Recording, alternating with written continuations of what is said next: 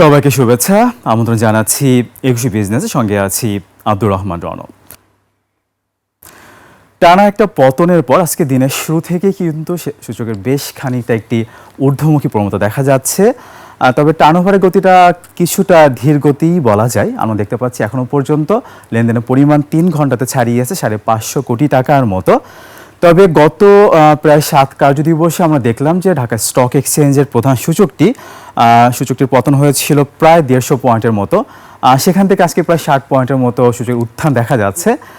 তো টানা পতনে কিছু বিনিয়োগকারীরা কিন্তু বেশ খানিকটা হতাশ হয়ে গিয়েছিলেন। তারা মনে করছিলেন যে সূচক আরও পড়তে পারে।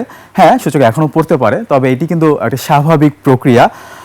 উত্থান পতন বাজারে থাকবে। টানা যদি উত্থান হয় সেটি আসলে বাজারের জন্যই ভালো না। একটি সাস্টেইন বাজারের জন্য উত্থান পতন হবে, বাড়বে কমবে, এটি আসলে গতিশীল মার্কেট। আমরা স্থিতিশীল বাজারের কথা মাঝে মাঝে বলে থাকি। স্থিতিশীল বাজার কিন্তু আসলে আমরা যেটা দেখেছিলাম ফ্লোর প্রাইসের বাজার, সেই বাজারের সময়টাকে আসলে স্থিতিশীল বাজার বলে মনে করেন অনেকে। বাট গতিশীল বাজার আমরা দেখব যে মূল্যের একটা গতি দেখবো, আমরা উপরের দিকে দেখতে পারি, আমরা নিচের দিকে দেখতে পারি। তো সেক্ষেত্রে গতিশীল বাজার আমরা প্রত্যাশা করি সব সময়। আমরা সাম্প্রতিক সময় আমরা ৫,৯২৬ পয়েন্টে দেখেছিলাম সূচককে, সাম্প্রতিক সময় সর্বোচ্চ অবস্থান। সেখান থেকে আমরা গত কার্যদিবসে দেখেছিলাম সূচক নেমেছিল ৫,৭৮৪ পয়েন্ট, অর্থাৎ প্রায় ১৪২ পয়েন্টের মতো সূচক পতন হয়েছিল। তো এই পতনকে স্বাভাবিকভাবে দেখছেন এবং স্মার্ট মানির আনাগোনা কিন্তু এই মুহূর্তে বেশি দেখা যাচ্ছে আমাদের শেয়ার বাজারে। তারা অনেক স্মার্টলি বিনিয়োগ করছেন, তারা বেশি দামে বিক্রি করছেন, কম দামে তারা কিনছেন। তবে মজার ব্যাপার সেটি হচ্ছে তারা কিন্তু আসলে নিড বাই সেটি কিন্তু তারা বেশি ফোকাস করছেন এবং তাদের আচরণ দেখে মনে হচ্ছে বাজার আসলে এখান থেকে অনেক ভালো কিছু হতে পারে, একটা বুল রানের দিকে যেতে পারে, সেই প্রত্যাশাই করছেন বিনিয়োগকারীরা। এবং গত কয়েকদিনে পতনে কিন্তু বেশ কয়েকটা কারণও সামনে চলে এসেছে। কারণ স্বাভাবিক পতন হওয়ার পরেও বেশ কিছু কারণ কিন্তু বলে থাকে অনেকে যে এই কারণে পড়ছে বাজার। তার মধ্যে উল্লেখযোগ্য, আপনারা জানেন যে নতুন খসড়া মার্জিন রুলের কারণে কিন্তু বাজার কিছুটা প্যানিক ছিল। সবাই বলছে যে আসলে সকল সেক্টরের জন্য একই আইন করা উচিত। আমরা জানি পি রেশিও নিয়ে কিন্তু বাজারে বেশ একটা বিতর্ক চলছে এবং আসলে যেটা বলা হচ্ছে যে পিবি রেশিও ব্যাংকের ক্ষেত্রে পিবি রেশিও ৩ গুণ পর্যন্ত মার্জিন পাবে। তো সে একই আইন আসলে বিমা খাতেও আসলে সাধারণ বিনিয়োগকারীরা চাচ্ছেন। তারা বলছেন যে বিমা খাত কিন্তু অনেক বড় একটি খাত, কোম্পানির দিক থেকে সবচেয়ে বড় সেক্টর, প্রায় ৫৮টি কোম্পানি এই সেক্টরে। একই সাথে আমরা জানি যে টেক্সটাইল সেক্টরেও ৫৮টি কোম্পানি, অর্থাৎ দুটি বড় খাত সংখ্যার দিক থেকে। তো এই খাতে আসলে ভালো প্রণোদনা দিলে সেই সেক্টরের জন্য ভালো হবে, ওভারঅল পুঁজি বাজারের জন্য ভালো হবে। আমরা জানি, এই প্রসঙ্গে বলে রাখি যে দ্বিতীয় অবস্থানে যদি আমরা কোম্পানির দিক থেকে একটু দেখি তাহলে দেখব যে সবচেয়ে বেশি ৪২টি কোম্পানি দ্বিতীয় অবস্থানে আছে, সেটা হচ্ছে প্রকৌশল খাত। তৃতীয় অবস্থানে কিন্তু ব্যাংকিং খাত এবং মিউচুয়াল ফান্ড খাত, ৩৬টির মতো প্রতিষ্ঠান মিউচুয়াল ফান্ড এবং ব্যাংকিং খাতে, এবং তার তৃতীয় অবস্থান। এবং আমরা দেখতে পাচ্ছি যে ব্যাংক, মিউচুয়াল ফান্ড, ইন্স্যুরেন্স মিলেই কিন্তু টোটাল যে যতগুলো কোম্পানি আছে তার টোটাল কোম্পানির মধ্যে আমরা দেখতে পাচ্ছি যে 3/1 ভাগে কিন্তু ব্যাংক, বিমা, মিউচুয়াল ফান্ড কোম্পানি এগুলো আধিক্য আমরা দেখতে পাই। তো সেক্ষেত্রে যে মার্জিন রুলে খসড়া হচ্ছে সেখানে এই সেক্টরগুলো অবশ্যই প্রাধান্য পাবে, সেটা আমরা প্রত্যাশা করি। দর্শক, আপনারা জানেন যে সালতা, তামহা, বাংকো, মশিওর, এছাড়া ক্রেস্ট, আমরা জানি যে তারা বিনিয়োগকারীদের সেটা প্রতারণা করেছে, বিনিয়োগকারীদের অর্থ আত্মসাৎ করেছে, এটা আপনারা জানেন। তো এরকমটা যেন আর না হয় ভবিষ্যতে, সেক্ষেত্রে বিএসইসি কিন্তু অনেক তৎপর। বিএসইসি কিন্তু সবসময় এখন বলছে যে তারা বিনিয়োগকারীদের স্বার্থ রক্ষা করবে। তো সেক্ষেত্রে আমরা জানি যে তারা ১০০টি ব্রোকারেজ হাউসে কিন্তু তারা আসলে পরিদর্শনে যাবে এবং সেক্ষেত্রে 10টি ব্রোকারেজ হাউসের নাম আমরা পেয়েছি এবং সেখানে যে তারা যে মূল ট্রেড হচ্ছে সেটার সাথে ব্যাক অফিসের আসলে সিঙ্ক্রোনাইজিং ঠিকমতো আছে কিনা সেটা তারা দেখবেন।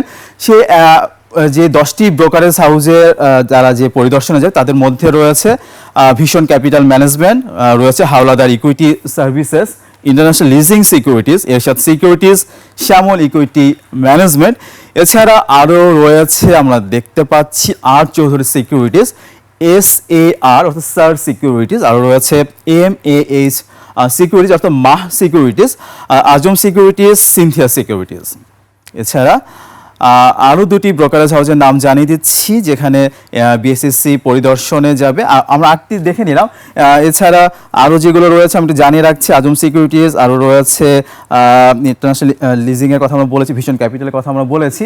তো আমরা প্রত্যাশা করব বিনিয়োগকারীদের স্বার্থ রক্ষায় যা যা করার দরকার সব আসলে বিএসসিসি করবে, ডিএসসি করবে, আমরা সেটা প্রত্যাশা করছি। এবং আমরা যেটি বলছিলাম শুরুতে, প্রথম ধাপে 10টি ব্রোকারেজ হাউসে আসলে তারা পরিদর্শনে যাবে। তো আপনাদেরকে জানিয়ে রাখছি, আমরা নতুন খসড়া মার্জিন উল্লেখ বলছিলাম, এটা আসলে বাজারে একটা প্রভাব ফেলছিল। সেই সাথে মধ্যপ্রাচ্য বেশ খানিকটা অশান্ত ছিল, সেটির প্রভাবও অনেকে বলছেন যে বাজারে পড়ছে। কিন্তু আমরা কিন্তু যেটা দেখছি যে ইউক্রেন রাশিয়া যুদ্ধে যেরকম একটা প্রভাব ছিল, মার্কেট যেভাবে প্যানিকড হয়েছিল, মার্কেট টানা ফল দেখছিলাম এবং এসিসি কিন্তু বাধ্য হয়েছিল যে ফ্লোর প্রাইস দিতে, সেরকমটি কিন্তু আমরা এই মধ্যপ্রাচ্য যুদ্ধ ওইভাবে আমরা দেখিনি। তারপরও মধ্যপ্রাচ্য আবারও একটু শান্ত আমরা দেখতে পাচ্ছি, শুনতে পাচ্ছি। তো সেক্ষেত্রে এটি আমাদের জন্য একটা পজিটিভ ব্যাপার। আমরা দেখছি যে তেলের দাম কমছে, এটি সার্বিকভাবে আমাদের অর্থনীতির জন্য কিন্তু একটা পজিটিভ খবর। এছাড়া আপনারা জানেন যে ইপিএসগুলো আসছে এবং ইপিএসের জন্য তো অনেক সময় মার্কেট একটু শেকি থাকে এবং ইপিএসগুলো এবার কিন্তু একটা ভালো ইপিএস দেখতে পাচ্ছি এবং ভালো ইপিএসের কারণে মার্কেট ভালো হবে, সেই ইন্ডিভিজুয়াল কোম্পানিতে একটা ভালো প্রভাব পড়বে, বিনিয়োগকারীরা আকৃষ্ট হবে, সেই প্রত্যাশা বিনিয়োগকারীরা করছেন। এছাড়া যেটি বলছিলাম যে স্মার্ট মানি কিন্তু বেশ অ্যাক্টিভ এই মার্কেটে এবং সাম্প্রতিক সময় আমরা দেখতে পাচ্ছি, আমরা যে গত কার্যদিবসের একটু লেনদেন দেখি যে রিটেল, যে আমরা তো জানি যে রিটেল লেনদেন কিন্তু আমাদের বাজারে প্রায় 90% রিটেল নির্ভর। তারপরে গত কার্যদিবসে রিটেল যে বাই সেল হয়েছে আমরা দেখলাম যে সেখানে কিন্তু নিট সেলের পরিমাণটা কিছুটা বেশি ছিল।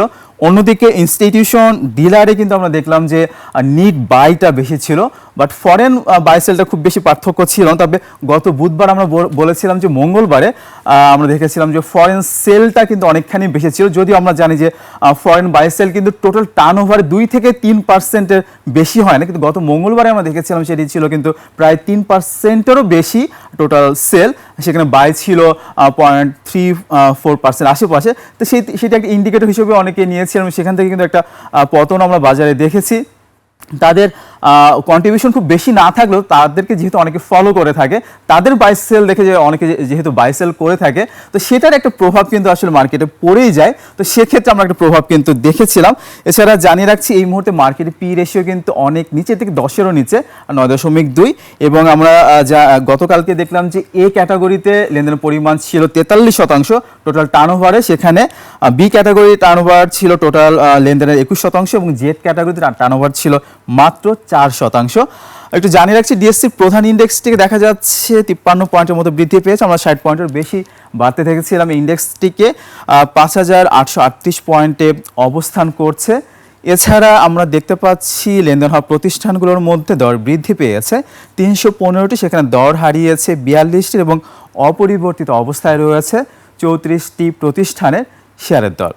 এছাড়া টাকার অঙ্কে আমরা দেখতে পাচ্ছি আজকে লেনদেনের কিছুটা ধীর গতি রয়েছে। আমরা আসলে যেটি দেখতে পাচ্ছি 1200-1500 কোটি টাকা টার্নওভার হচ্ছিল, সেখান থেকে আমরা দেখতে পাচ্ছি লেনদেন কিন্তু 700-800-র ঘরে আবারও নেমে এসেছে। তবে এখান থেকে আবারও বৃদ্ধি পাবে, কারণ বাজারকে আসলে অনেকে পর্যবেক্ষণ করছে, বাজারে নিচের দিকে যাবে আর উপরের দিকে যাবে। আসলে অনেকেই কিন্তু আসলে একটু দ্বিধান্বিত, তারা আসলে চিন্তা করছে যে একটু দেখে শুনে বুঝে আসলে বিনিয়োগ করবে তারা।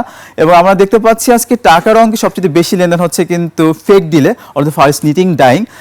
এবং আমরা দেখতে পাচ্ছি কোম্পানিটি লেনদেন পরিমাণ ছাড়িয়ে গেছে কিন্তু 22 কোটি টাকা, এবং কোম্পানিটি কিছুদিন আগেও কিন্তু 13 টাকাতে লেনদেন হচ্ছিল, সেখান থেকে ডাবলেরও বেশি দর বৃদ্ধি পেয়ে কিন্তু লেনদেন হচ্ছে 27 টাকাতে। দ্বিতীয় অবস্থানে এমএল ডাইংকে দেখা যাচ্ছে টানা একটা দর বৃদ্ধি রয়েছে। এই কোম্পানিটি কিছুদিন আগে 10 টাকাতে লেনদেন হচ্ছিল, আজকে 18 টাকা 30 পয়সা লেনদেন হচ্ছে, আজকে দর বৃদ্ধি পেয়েছে প্রায় 2%-এর মতো, 15 কোটি টাকার মতো লেনদেন হয়েছে। তৃতীয় অবস্থানে ডিএসএসএলকে দেখা যাচ্ছে 14 কোটি টাকার মতো লেনদেন হয়েছে, এবং আমরা দেখতে পাচ্ছি এই কোম্পানিটির দর বৃদ্ধি পেয়ে লেনদেন হচ্ছে 14 টাকা 10 পয়সা লেনদেন হচ্ছে। চতুর্থ অবস্থানে ডোমিনোসকে দেখা যাচ্ছে, এটিরও আমরা দেখতে পাচ্ছি প্রায় 14 কোটি টাকার মতো লেনদেন হয়েছে, এবং এই কোম্পানিটির আমরা দেখতে পাচ্ছি ট্রেড হচ্ছে কিন্তু 78 টাকা 50 পয়সা। আমরা কিন্তু 1-1.5 বছর আগে এই কোম্পানিটি লেনদেন হতে দেখতাম 8 থেকে 10 টাকাতে, সেখান থেকে কিন্তু কোম্পানিটি আমরা দেখেছি 85-86 টাকাতেও লেনদেন হয়েছে। পঞ্চম অবস্থানে দেশবন্ধুকে দেখা যাচ্ছে, আজকে এই কোম্পানি কিন্তু সর্বোচ্চ দর বৃদ্ধি পেয়েছে, আর 9.86 প্রায় 10% দর বৃদ্ধি পেয়েছে। আমরা দেখতে পাচ্ছি একটা সময় এটা বায়ারলেস ছিল, এই মুহূর্তে আমরা দেখতে পাচ্ছি প্রায় 13 কোটি টাকার মতো লেনদেন হয়েছে, এবং আমরা দেখতে পাচ্ছি লেনদেন হচ্ছে 23 টাকা 40 পয়সায়।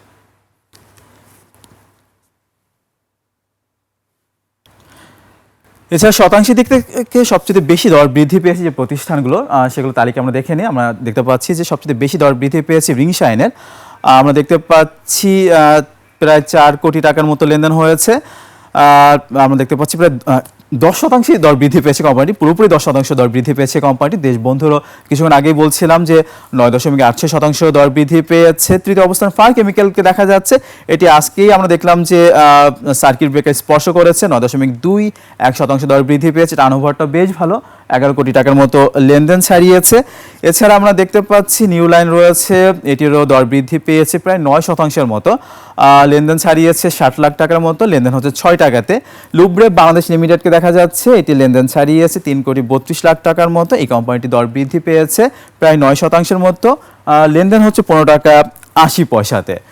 এছাড়া শতাংশের দিক থেকে সবচেয়ে বেশি দর হারিয়েছে যে প্রতিষ্ঠানগুলো, তার মধ্যে রয়েছে মেঘনা পিইটি।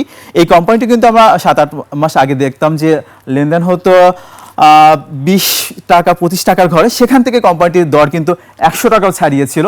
সেখান থেকে কিন্তু আমরা একটা বেশ কারেকশন দেখতে পাচ্ছি, প্রায় আমরা দেখতে পাচ্ছি আজকে 5%-এর মতো দর হারিয়েছে, লেনদেন হচ্ছে 85 টাকায়। ইউনাইটেড ইন্স্যুরেন্স রয়েছে দ্বিতীয় অবস্থানে কুইন সাউথকে দেখা যাচ্ছে টপ লুজারের তালিকায়। চতুর্থ অবস্থানে প্রিমিয়ার ব্যাংকে দেখা যাচ্ছে। পঞ্চম অবস্থানে রয়েছে অগ্রণী ইন্স্যুরেন্স 1%-এর মতো দর হারিয়েছে। প্রিমিয়ার ব্যাংক প্রায় 2%-এর মতো, এবং কুইন সাউথকে দেখা যাচ্ছে প্রায় 2%-এর মতো দর হারিয়েছে। এবং আমরা দেখতে পাচ্ছি লেনদেন হচ্ছে, এখানে অবশ্য আমরা ভুল দেখতে পাচ্ছি, এটি লেনদেন হচ্ছে প্রায় 18 টাকা লেভেলে, এবং এই কোম্পানিটির শেয়ার কিছুদিন আগেও কিন্তু লেনদেন হচ্ছিল 10 টাকাতে।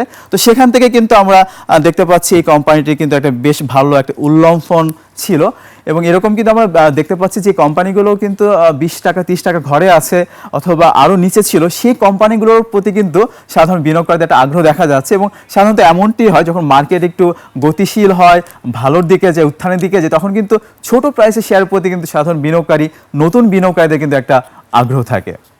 তো এই ছিল ঢাকা স্টক এক্সচেঞ্জের এই মুহূর্তের খবরাখবর। দর্শক, নিচ্ছি একটা বিরতি, ফিরছি একটু পরে, আমাদের সঙ্গেই থাকুন।